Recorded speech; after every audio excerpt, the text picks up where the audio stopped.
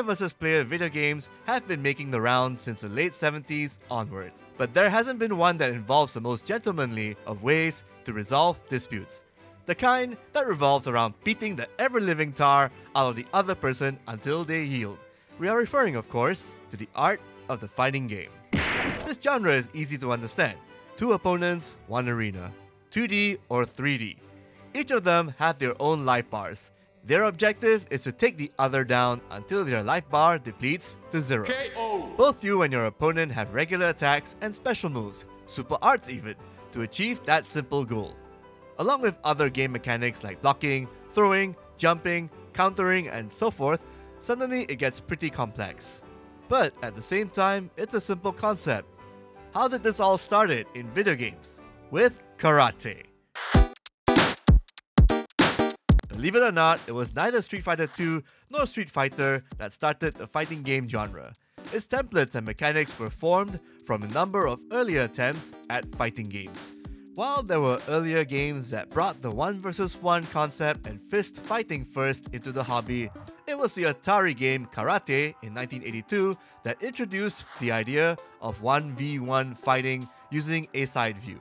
However, Karate Champ started and popularized the one-on-one fighting game genre back in 1984. 2 generic karate guys going at it with punches and kicks to determine who the last man standing is. ER Kung Fu from Konami introduced the idea of different characters with different playstyles and individual names duking it out. The Way of the Exploding Fist for Commodore 64 and various other home computer platforms was the time when Western gamers got into fighting games.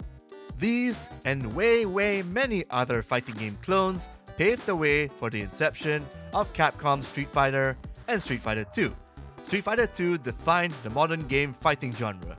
Due to Part 2's popularity, the Street Fighter clones start coming in, with very few of them standing out and introducing novel ideas and mechanics that improve the genre. Fatal Fury was a 2D fighting game from original Street Fighter creator Takashi Nishiyama. The game put company SNK on the map thanks to its focus on storytelling, special moves timing, and the 2D plane system where fighters can go between both the foreground and background. In 1992, Mortal Kombat featured digitized graphics and a way for players to add insult to injury post-match, with moves called fatalities. This clearly caused a ruckus back then, but hey, it gave the series a huge buzz, with subsequent entries adding better gameplay and more over-the-top fatalities, and also established a rating system for games. Not to mention the many Mortal Kombat clones and copycats.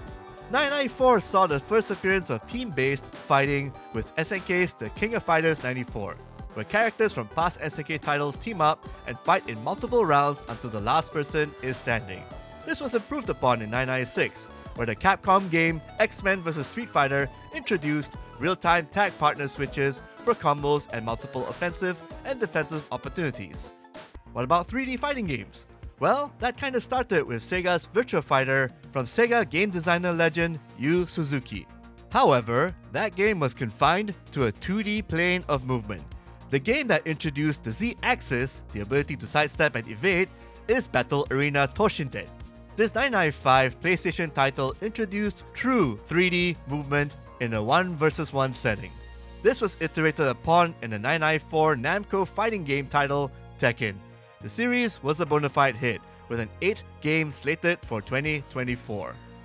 And from the late 90s onward, the 2D and 3D fighting game genre fought on. While the genre had its downtime in 2000s onward due to ever-shifting gaming trends, it made a breakthrough in the late 2000s with an Arc System Works title called Battle Fantasia, a 2D fighting game that used 3D graphics but kept the gameplay as 2D and as fast as possible. And that eventually led to a Capcom-flavored comeback with 2008's Street Fighter 4. And the cycle began anew for fighting games, with the genre going through many ups, quite a number of downward spirals, and new entries continuing the genre's relevance. 2023 and 2024 will see this type of esports getting bigger and better.